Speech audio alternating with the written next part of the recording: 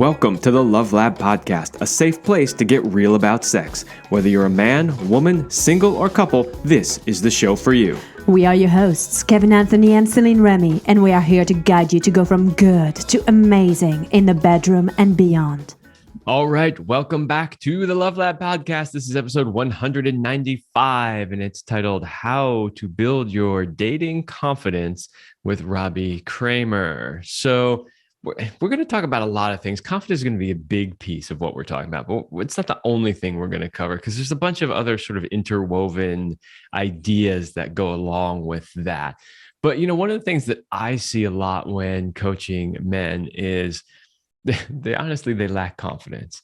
And while there has always been men who lack confidence, especially in dating, I think it is an epidemic in today's current modern society. And there's a lot of reasons for that. Maybe we'll get into those. I don't know if we really will or not. We might not really have time for that. We might want to just stick with like, okay, what can you do about it? You know, but let's just say there's a lot of pressure on men to not be men. And when men do not step up and be men, they lack confidence. So we're going to talk about all of that. We're going to obviously have a guest on who's going to help us with that. And I think it's really going to be a fascinating conversation because, like I said just a moment ago, I see so many men struggling with this. Yeah, today's show is going to be geared towards the men in our audience, but I think that there's always value if you are women to listen to that as well, or share it with all of your male friends, because I think it's going to be a very impactful episode. But before we get started, let's give a big shout out to our sponsors, Power and Mastery. So if you want to join the secret club of men who are great in bed, then check out Power and Mastery at powerandmastery.com. It is the most complete sexual mastery training for men. Whether you want to have harder erections, last longer, or increase your sexual skills, there is something for you at powerandmastery.com. So make sure you check it out. That'll give you some confidence in the bedroom. Let me introduce our guest today. Our guest is Robbie Kramer. He has been guiding men to accomplish their goals with women, health, fitness, and career since 2008. He founded Inner Confidence to show men exactly how to create the lifestyle of their dreams in a way that actually works. Robbie brings dignity and ease to traditionally taboo interactions. No funny names, no pickup routines, no fake stories, tricking women into liking you, just 100% real attraction. Thank you, Robbie. Robbie has worked personally with over 1,000 clients on 6 continents. So welcome, Robbie, to the Love Lab podcast. Thanks so much. Great to be here with you guys. Yeah. So I love that second, like 2 sentences of the bio there, which is no funny names, no pickup routines, no fake stories, no tricking. So I wanted to repeat that because when we're talking about how to build confidence, right? And like men are going to go out there and learn how to be confident.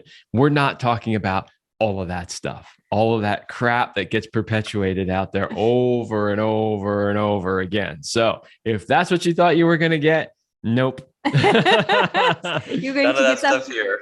No. That's right. So you have something that you broke it down into 4 dating archetypes. And I know that men can go take a quiz on your website. We'll send them there too. But how about you describe a little bit maybe what they are so that our listeners can see where they stand? Sure. So the one that most guys will kind of find themselves in is this procrastination stage or archetype. And a lot of guys who are kind of using online dating as really the only thing to generate leads in their love life. It's typically these guys who aren't going out and meeting the type of women they want, guys who are complaining that they're not getting enough dates. Anyone who's kind of has a lack of abundance coming in. Usually they're procrastinating. And if they really look in the mirror and ask themselves, am I doing the things that I should be doing to get more dates and to find, that women I really want? The answer is usually no. They're not going after the women that they see. And, maybe if they're out at the bar, do they approach that woman that they see at the bar? Probably not, right? They tell themselves an excuse instead. Or do they approach the woman that's giving them a cute little glance in the Starbucks? Probably not. Some excuse. Oh, I'm late for work, or I don't have my, my best outfit on today. And those are primarily the guys I work with, a lot of tech guys, a lot of internet sort of guys. And it's really hard to get out of that mindset when you're kind of just hoping something will happen, but you're not really taking any action. So that's kind of the first archetype. The other one is kind of that scripting guy who's maybe read too much pickup advice. He's going out and using tactics and techniques and kind of coming across as inauthentic, trying way too hard. At least he's doing something, right? You got to pat him on the back for at least he's going out there. So that's number two. Number three is the guy who's also taking some action, but he's kind of just like winging it. He's like the guy who talks to every woman he sees, but he doesn't have any real idea of what he's doing. He might be going on a lot of dates, but not really, ending up with any of the women he really wants, or he's not succeeding on any of those dates because he's probably talking too much about himself, making a whole bunch of conversational mistakes. This is the guy you see who's kind of just like blabbing the girl's ear off in the bar, talking about how cool he is and name dropping and telling about his yacht or his boats. So that guy, no one wants to kind of be around that guy, but they're out there, especially in Miami. So that's the guy who's kind of like winging it. And the last archetype is someone who understands, like I call him a structurer on my site, someone who has some sort of structure and an actual plan about their dating life, someone who knows what they're going to do on a first date. They know how to quarterback a date. They know where to kind of move an interaction next if they meet a woman at a bar or a club or a festival. They have sort of a roadmap or an idea in their mind of what to do in this area of their life. And usually those guys in any, area of life get a lot of success. Like if you're an internet marketer, you need to build a funnel for that, right? If you're a single man and you're looking to find an awesome woman, then you also need to build a dating funnel. And if you don't think of it in those terms, you're, I think, leaving a lot of opportunities on the table. So that's what I like to tell guys is design an actual funnel, because that's really what it is. If you're out there dating, doesn't matter if you're a man or a woman, you have a funnel of leads and they're coming in and you're trying to, optimize and find the best fit. So if you have no idea what you're doing or you're not taking a strategic approach to that, I don't like your chances as much as someone who is. Oh, I love the idea of dating funnel. I'm going to come back to that later. However, I want to go to the first archetype that you were just talking about, which procrastinator. The procrastinator. So, if you're going to take the majority of men and you're going to break them down and say, okay, there's 4 archetypes and everybody fits into one of these 4 for the most part, right? It's not going to be a 25%, 25%, 25%, 25% distribution, right? There are going to be some categories that have more men than others. One of the things that I see, and you can tell me if you see this as well, Robbie, but one of the things that I see is most of the men I end up working with tends to be in that first category, the procrastinator one. Oh, yeah. That to me it's seems like to be 70%, maybe 80% in my experience. Okay. So great. So you're seeing the same thing that I'm seeing. Like that third archetype guy, I've seen a few of those, but there aren't nearly as many of those as there are the first type. So I'm curious first, because I want to break that down a little bit, because it is 70% of men, right? So there's going to be a lot of guys listening to this that realize that, oh, fuck, that's me. Well, right. I also want to maybe see, where does a guy who, I think he fits in the procrastinator, but he might be thinking he's doing a lot of action, but actually he's just making a lot of excuses, in my opinion, when I witness the person doing. So would you put that person who's like, yeah, but I'm doing all of this, but they're not responding to my stuff, or it's their fault, or this is what's not going on? Where would you put that guy? That guy is like the guy who's constantly on Tinder swiping and constantly having text message conversations that aren't leading to dates. If you're not getting dates, I would still call that in the procrastination stage, because you might be doing a lot of stuff, but it's not the stuff that's actually going to move the needle. And you're taking action, but it's usually hiding behind the fear of rejection rather than actually confronting and dealing with that fear of rejection, which will lead to results where the other stuff won't. Okay. So see, now this is the question that I was getting at, which is, because that's the majority of people, and because I have so many men asking well, I don't know, how do I do this? And what do I do? It's what is the stuff that will help them move the needle. And what kind of behaviors? So it's kind of two parts. What stuff is really going to move the needle, and what stuff are they doing that's really useless that they think is moving the needle but really isn't? So great question. The first thing, and this is what I was doing. So, and this is why I got into this whole thing, was I was what I called an inauthentic nice guy.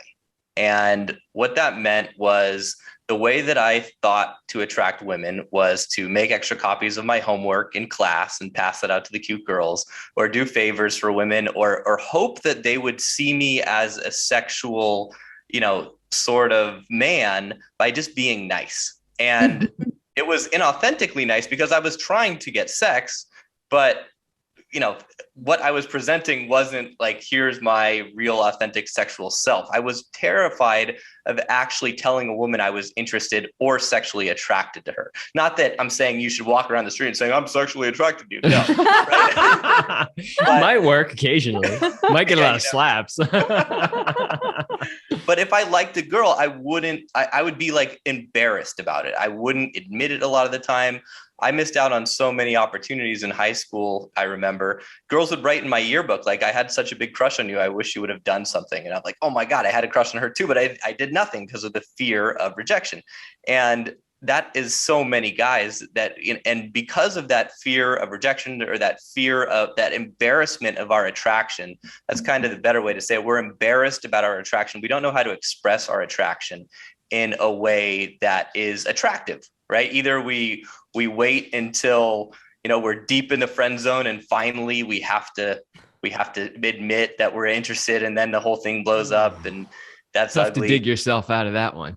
Oh man. Yeah. Or we're the guy who's, driving down the street catcalling because that's the only way we know how to express our attraction. And neither of those things work very well at all. So, back to your question. So that is what did you ask exactly? What are the ways? Or let's first cover the things that guys think are working and moving the needle, but really are just a waste of time and an excuse. Right. Okay. So if you're doing that, right, and if you got this kind of nice guy syndrome going, then you're probably only using online dating, and you're hiding behind your profile. You're hoping you get some matches. And the nice thing about online dating is obviously if you swipe right and they swipe right, it's somewhat assumed that you're attracted to each other, at least on the photos on the page. But it's so rare that guys succeed very much using online dating unless they're really tall, really good looking, and have very good texting communication skills. So like the guys who are doing well online are usually doing well everywhere. And that's the majority of guys I see that are struggling, is they're only using online dating, they're only using Tinder, and they're not getting the dates with the quality women that they want. They're always disappointed with the sort of dates that they're getting, and they're too afraid to ever sort of make a move or show intent or interest to the women in their life, or a woman walking down the street. So what you can do is, the first thing you can do is you can start to break down this fear of rejection. And so I call it social freedom, and also approaching people in real life. And imagine that.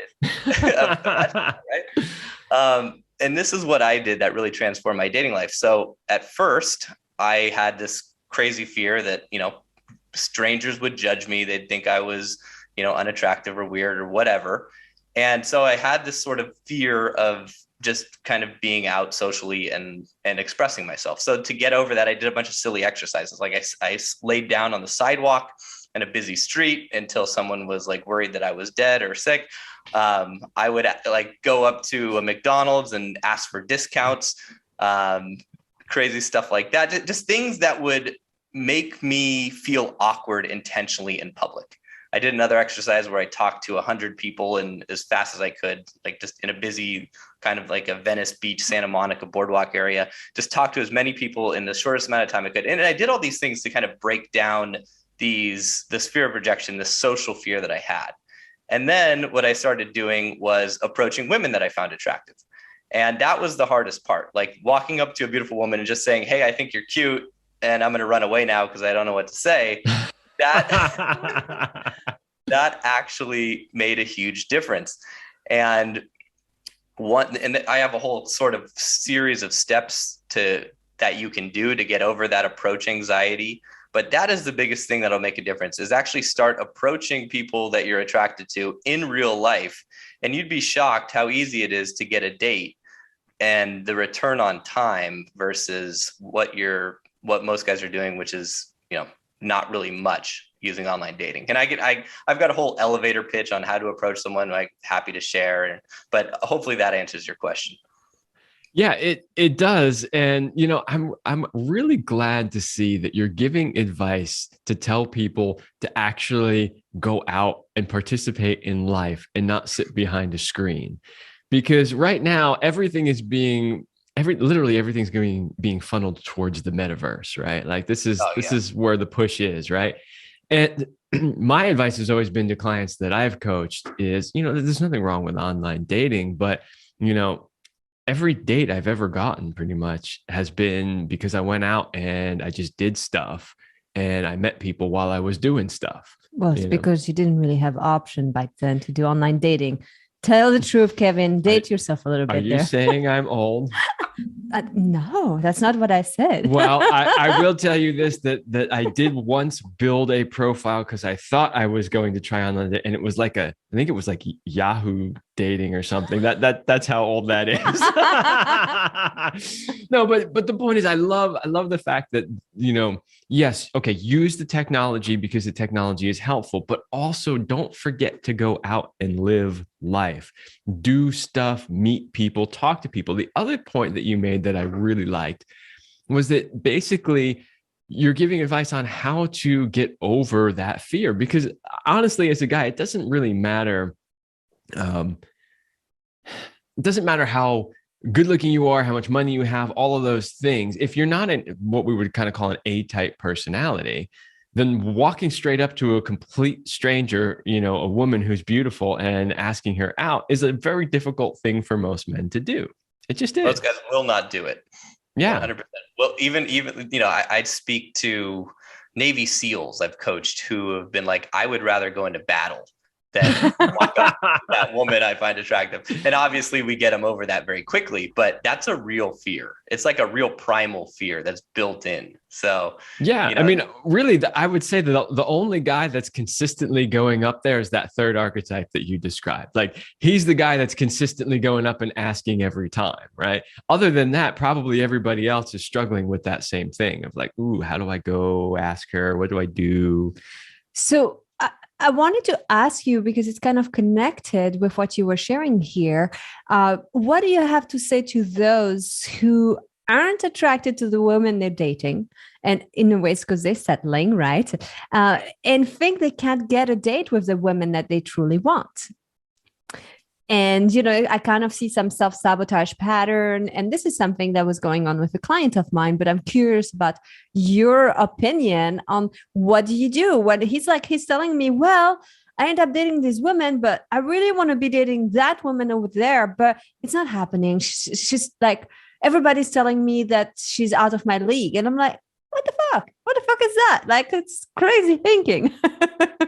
Yeah. I mean, it's like, if you believe it, then it's true sort of thing.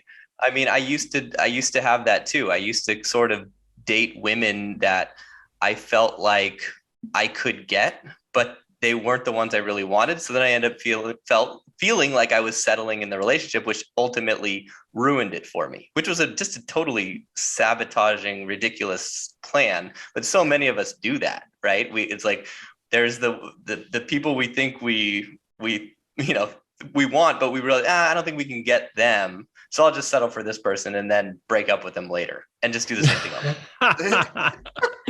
Ooh, that is a pretty nasty pattern. And I think the way to get over that is there's some story that you're running in your head, which is, I'm not good enough for XYZ because of this. For me, it was, I'm not good enough because I'm overweight. I used to be like 30 to 40 pounds heavier. And I lost the weight and I still had the story, but at least now I didn't have an excuse to not approach the women I really wanted. And then once I started approaching them and meeting them through my social circle and friends, then it worked out. Then I started actually dating the ones I wanted. But it really helped to pinpoint, like, what is that story in my mind? I'm to XYZ, and then eliminate the story. I like a point that you made, which is that, you used to be heavier and then you lost the weight. And so, another thing that I often, and I know, Céline, you teach the same thing, but it's like when you have a guy who's coming to you and saying, well, I can't get this woman because I'm not this, or I'm not that, or I'm not the other thing. One of the big pieces of advice is then become that thing. Become the type of man that woman would date. That's one of the things that we tell men all the time. And I like that you shared that, because that's basically what you did. You're like, okay, I'm insecure about my weight, so I'm going to lose weight. Now, granted, there was a mental component where you still had to kind of get over the programming and the story from before, but you took action to do something to become that man that you wanted to become, that you thought would have a better chance. Totally. Because we all probably have reasons why we're not at the top of whatever thing that we're doing, right? And if we can eliminate those reasons, then we eliminate the story, and we can, there's an opportunity there. So exactly what you said. And if there's no excuse for not losing that weight, there's no excuse for not upgrading yourself in all ways that you can, right? If you think you deserve a quote unquote 10, you better be a 10 too.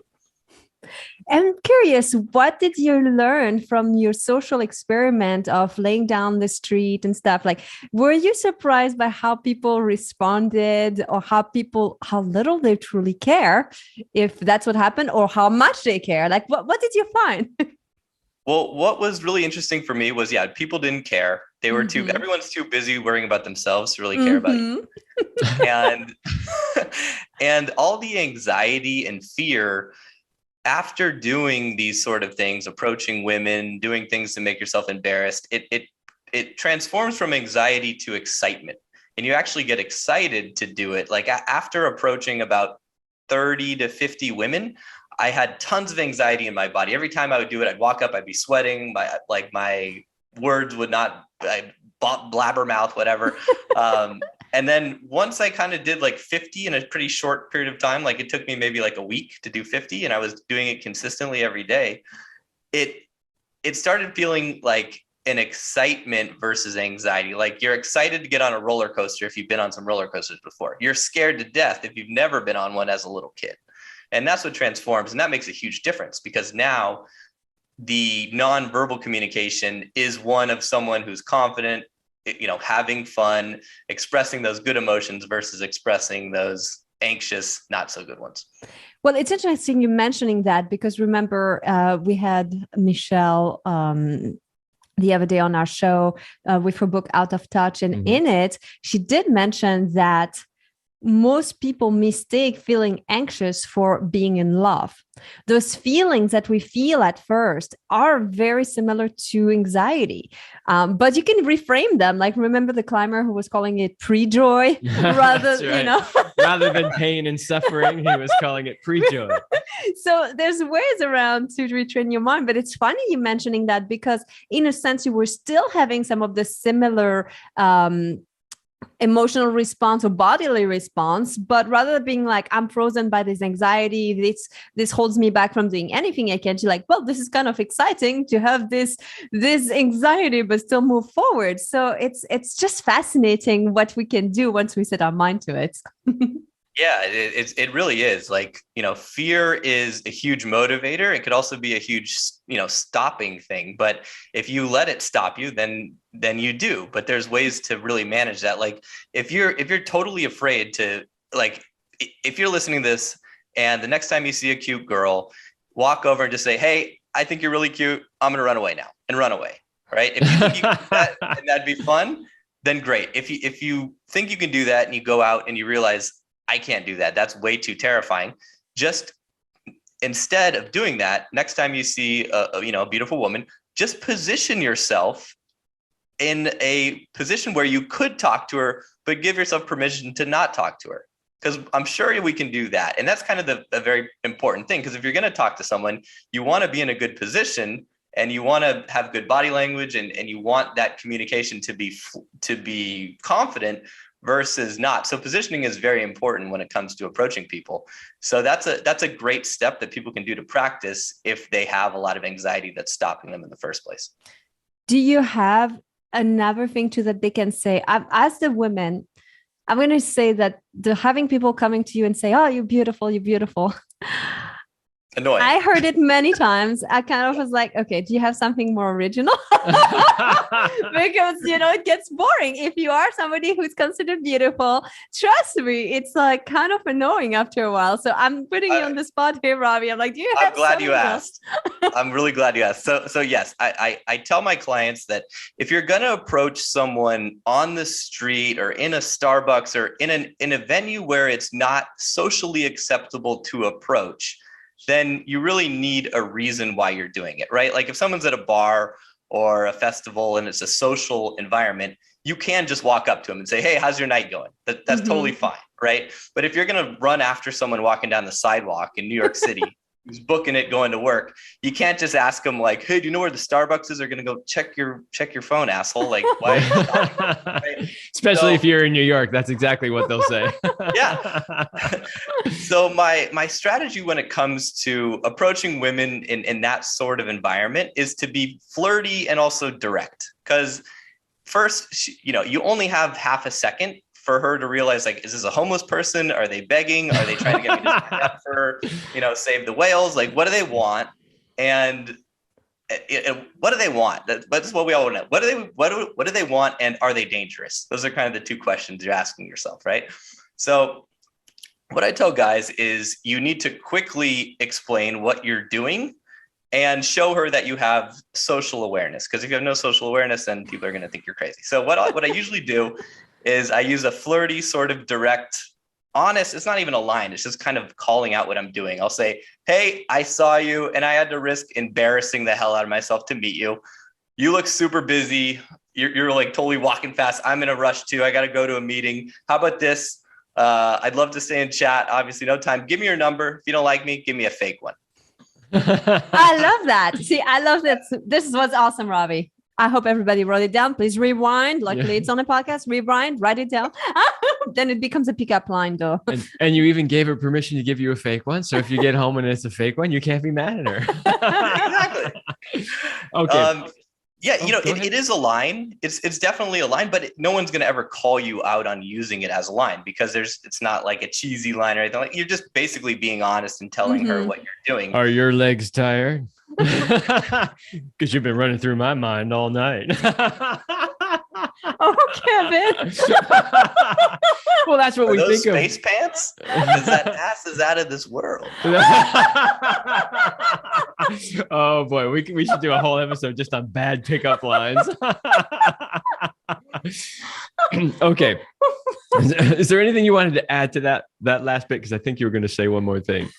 So that's just a great little, elevator pitch that you could use that tomorrow. You could approach 10 beautiful women. And I bet if you do that, and if you're dressed halfway decent and you have, some level of confidence, you're already, doing okay. Even if you're not great, 1 out of 10, you're probably going to get a date. Like, that's not a huge number, but that's way better than what you're going to do swiping on Tinder. Way better. And it's going to take way less time to get that one date because each of those approaches takes 30 seconds, maybe a minute, right? That's 10 minutes. And I'm not, you can try to go out and do this, or you can just do it to the next 10 beautiful women you see. But I promise if you're listening to this and you do that, you might get a number, you might get a date, but what you will get for sure is a lot of confidence and a huge sort of transformation of what you think is possible and how people receive you. Like, you might think women are going to respond poorly to that. You're never going to get a bad reaction. If you don't stop her correctly, you might get ignored, but that's about the worst thing that's going to happen. I would agree with that. Okay. I really want to get back to this idea of a funnel, but I think we should do our ad and then we'll get into funnel. All right. Well, if you love our show and you want to support us, we have created an online place where you can shop for great products from us, as well as handpicked affiliates. So we've selected these products. They support your health, your sex life, your relationship. And if you purchase any of these from our affiliate links, it helps to support the work that we do and ensure that we can continue to help as many people and couples as possible. So go check out the store at CelineRemy.com/products, and you might just find exactly what you need to keep you juicy, moving on, all kind of fun things. Exactly. From confidence to juiciness in the bedroom. That's right. Okay. So funnel.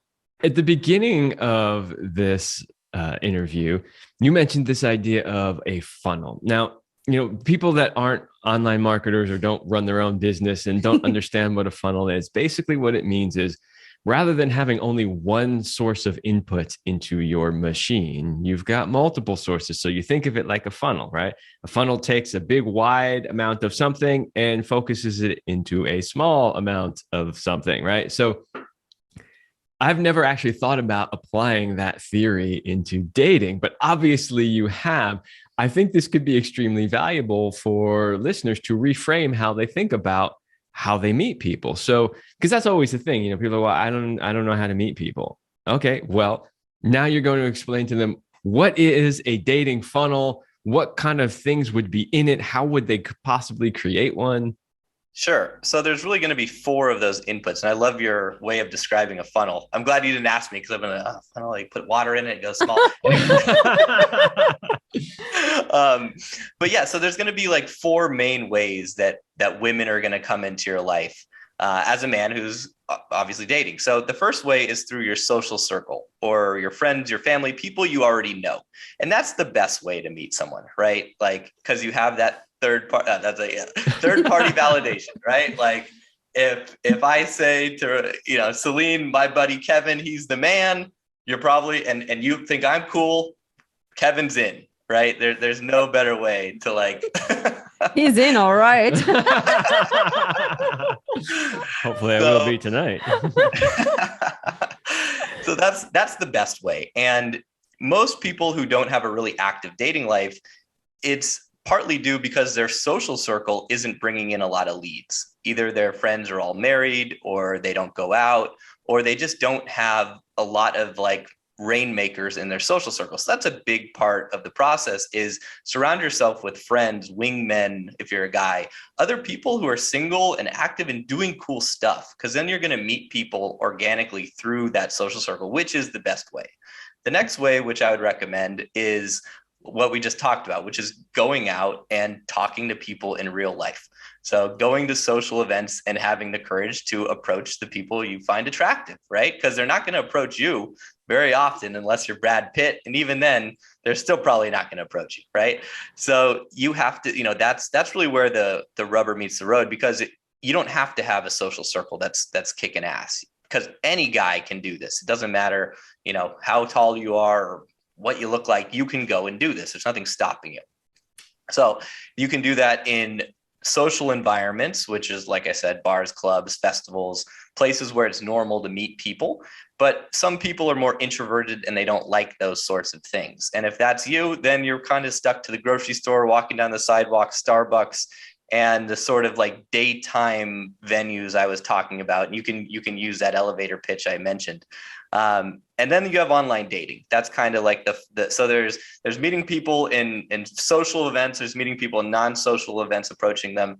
There's social circle, and there's online dating. And if you're only using online dating, which most people are doing, that's a really shitty funnel. You're missing out on 3 other better options there. It's funny because we were talking, we just had we had somebody from OkCupid that was on our show not too long ago. And so we've been talking about online dating. And I was telling Kevin that I wish they had an app where you couldn't just see the people's picture, where you would just like read who they are, and then maybe after you like what they wrote or like how they presented themselves with words, you could see their photo. Because I think that we judge too quickly with the photo. We were just talking with a friend yesterday, and she was like, well, if a guy has no hair, I just swipe the other direction. And I was thinking, is it my preference to have somebody who doesn't have hair? No. Would that stop me from dating somebody? No, absolutely not. And I thought, how sucky is it? Because a lot of men do go bald, and it sucks. Yeah. Like there's nothing you can do. See, I mean, I would be much more okay with no hair than overweight, because no hair, there's nothing you can do about it. Overweight, well, there are a lot of things you can do, right? So just like seeing this whole idea that the photos, sometimes we get so hung up on like how one person look, or how there's this one thing we don't like or we don't want, and then we just miss out on great opportunities. So if you are a shorter man who's bald, you're going to want to do Robbie's strategy in terms of having a social circle and asking people, like just to say hello. And I think especially nowadays with post-pandemic, like people crave connection. I love it now. I'm an introvert and I love it when people come and talk to me at the grocery store, because I'm like, I'm finally talking to somebody. This is amazing, we're no longer social distancing, So actually it's never been better to approach somebody, I think. Oh, totally. Yeah. And that you're like the perfect testimonial for a beautiful woman who actually, if you get approached in a good way, it's so flattering. Women love that. Like no one wants to be approached by an asshole or by someone who's rude, but even if you're married or whatever, like it's going to make your day. So the worst thing that you're going to do as a guy is you're going to make a bunch of women's days. So, That is so true. I would have a big smile on my face. I'd come home to my husband and be like, hey, this is what happened. That was awesome. And the guy built his confidence because he talked to somebody he thought was beautiful and had a smile from her. So yeah, great. Now I got to escort you to the grocery store. No, I'm just kidding. Okay, so all of this talk about online dating actually brings us to one of our questions, which is, how is it that men, a lot of men at least anyway, are using online dating incorrectly? Because it is one of the 4 ways, and it's probably one of the ones, even though it's not the most effective, it's one of the probably the most common ones used. So maybe you could give the listeners some advice on like, what are you doing wrong in the online dating world? Good question. Well, the biggest online dating site and the most important online dating site is actually Instagram. Because everything flows through Instagram these days, right? You meet someone on Tinder, you meet someone on OkCupid, right? It's like, what do? You exchange numbers, or you can exchange Instagrams. And if you get someone's Instagram, you're going to learn a lot more about them than if you just get their number. So if you're a guy and you don't have at least a halfway decent Instagram profile, you are really cutting the odds out of your favor. And I see that time and time again as guys will be doing online dating a lot, and they've got like one old picture on their Instagram. And I'm like, bro, like, are you kidding me? You're missing out on like every hot woman out there, because there's no hot women out there who are like, especially if they're younger in like their early 20s, you don't have an Instagram, like you're fucking weird. I'm sorry. Right. That's like, it's a good thing I'm married. I don't even have an Instagram account. So yeah, I mean, if you're older, obviously it's not as much of a thing, but under like 30, no Instagram, you're really fighting an uphill battle. Or even an Instagram that isn't optimized, you're fighting an uphill battle, because that's, a lot of women, even on Tinder, they almost just use Tinder as a way to hope guys will kind of slide into their DMs. And they'll say, if I swiped right on you, if you swiped right on me, just DM me on Instagram, because they're not going to go out with anyone who doesn't have an Instagram. So and obviously what goes into making a good Instagram is kind of the same that what goes into making a good online dating profile. You need, high quality photos. You want to look your best. You want to know, like, if you're going to use online dating, it's unfortunate, but you kind of got to know the angles of your face. You have to know what direction you look better. When are you more masculine when you're looking at the camera or smiling, or kind of looking to the side off in the distance? Like, these little tiny things make a huge difference, because we're talking about something where you're judged like that. And that's the beauty of meeting people in real life, is you can show your personality, your confidence, your humor, your wit, but you don't get to do that online. You only have a photo and like a blink of an eye where people are just, it's attention is like the currency these days, right? And if you don't grab their attention, it's going to be really tough. So a lot of thought and effort really needs to go into your online dating profile if you want to succeed. That is fascinating. We've talked about online dating a number of times on this show, including having people from the online dating services on, and never has it come up that you need to have an Instagram. But I will tell you this. I'm not saying that because I don't think that you're correct. Actually, like a light bulb went off in my head when you said that, because what I do have, and I'll be dating myself again, the only social media account I have is Facebook. Because I just, whatever, I couldn't care less about the rest. But here's the thing. Facebook has stories across the top, right? Those stories are actually Instagram stories that show up across there. And I can tell you that every single time I go onto Facebook, every single one of those stories across the top of my Facebook is a beautiful young woman. Every single one. I know that I've got plenty of male contacts, friends, whatever you want to call them, in there that it could be showing me. But it doesn't. It always shows me all the young, hot women. Of course. Yeah. I mean, Facebook is the owner of Instagram, of course. So, they've kind of merged them into one. But yeah, depending on your demographic, and I think it's great that you don't use social media, because if, I'm engaged and every minute I spend on social media, I feel like I'm wasting like a minute of my life. But if you're single and, you're not optimizing those channels, you're really doing yourself a disservice, because that's like if you're a beautiful woman and you have the option to date whoever you want, right? Like most beautiful women don't even use online dating, because why would they?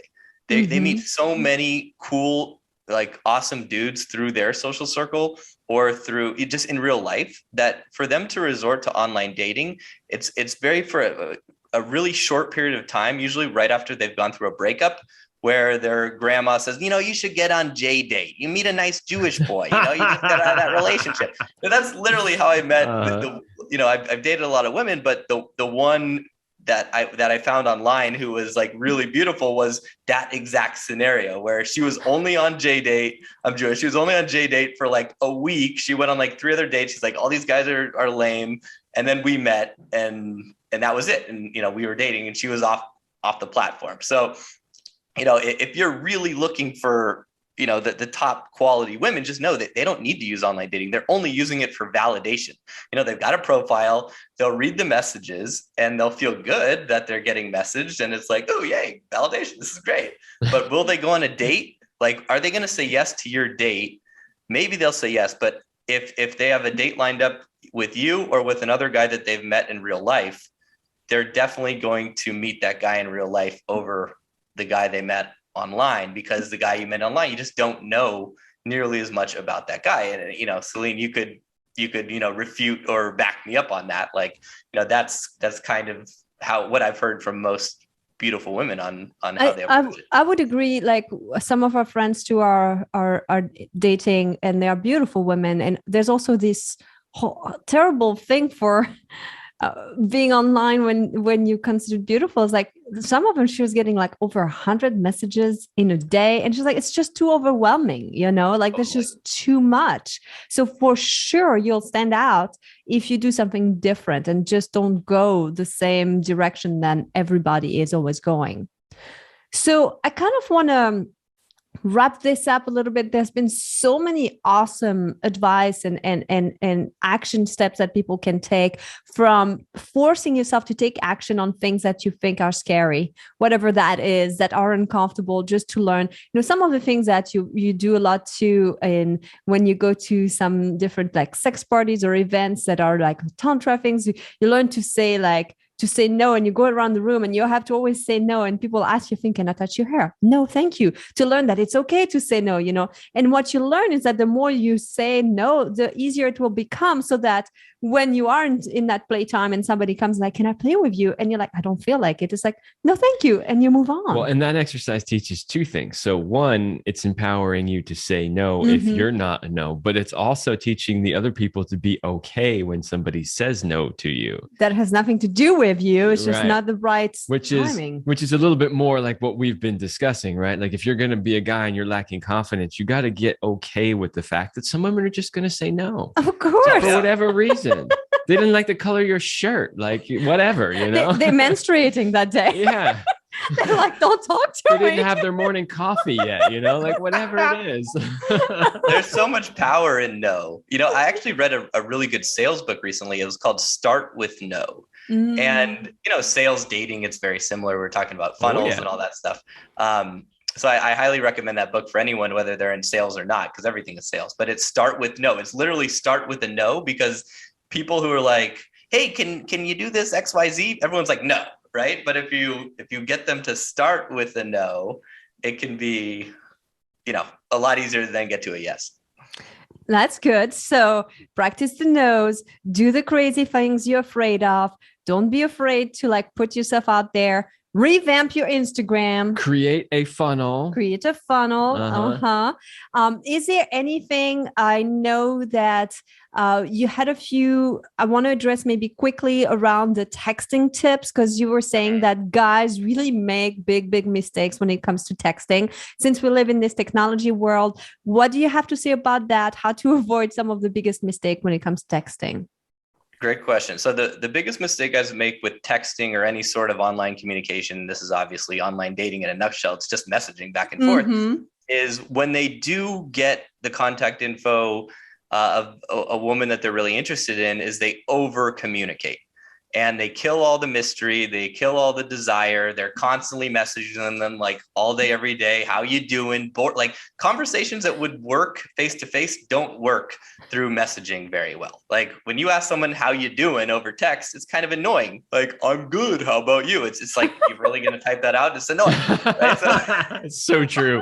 It is so fucking true. So, you know, less is more, right? Like if I'm going to use Tinder, and I have a whole like Tinder guide and a way you can just like optimize the efficiency of that. But once I get off Tinder, either onto Instagram or onto WhatsApp or iMessage or whatever, I'm only going to be exchanging maybe 4 to 8 messages tops before, you know, and then I'm going for a date. That's the absolute most. And texting, the only point of texting is to see someone again. Right? Like there's no point in having a conversation because you want to do that in person, right? Unless she's really like initiating the conversation and, you know, seeking rapport with you. Of course, you want to respond. You don't want to be an asshole and just like keep her on ice. That's it 5 times. This is it. You've reached your quota, woman. Right.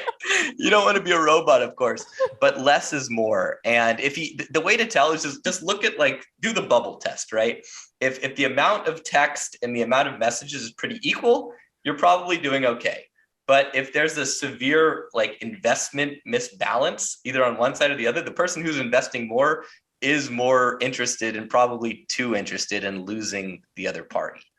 I like that. The bubble test. Yeah, that is cool. That's actually very, very similar advice that Melissa Hobley from OkCupid gave us in a previous interview as well about the whole texting thing. Is like, yeah, you basically her advice was, you know, if you're having this whole long, you know, exchange and you haven't yet scheduled the date, then that's not good.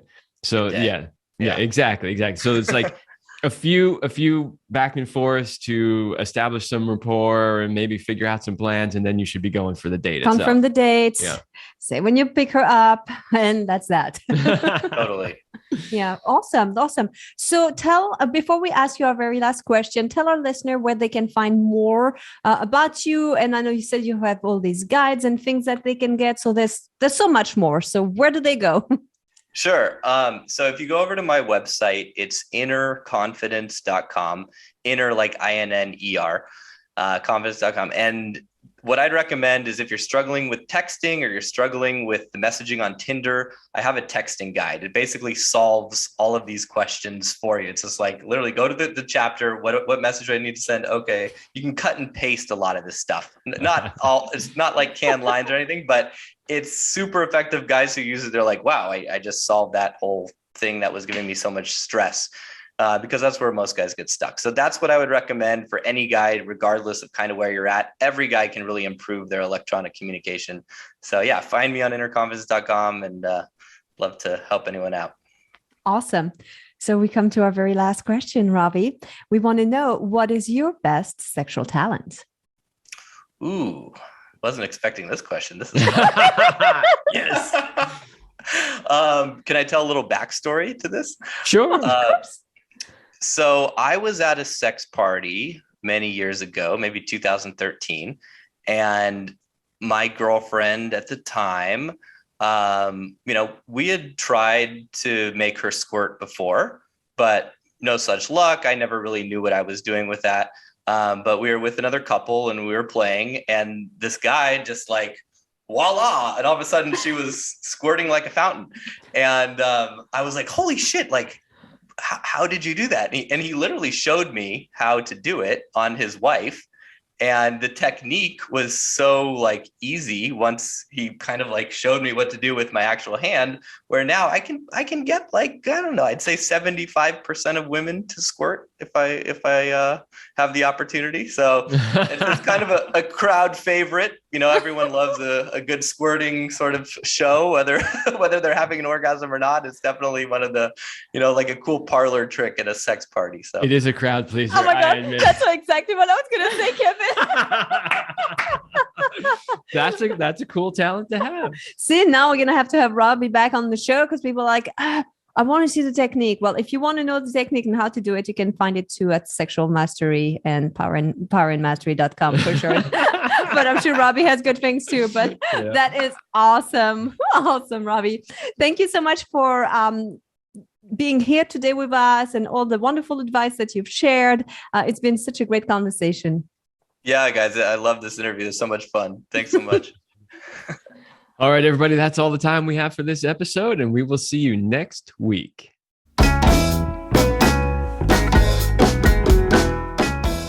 We hope you liked this episode of the Love Lab podcast. If you enjoy this show, subscribe, leave us a review, and share it with your friends. And for more free, exclusive content, join us in the Passion Vault at CelineRemy.com/vault. That's CelineRemy.com/vault. Thanks for listening. And remember, you're amazing.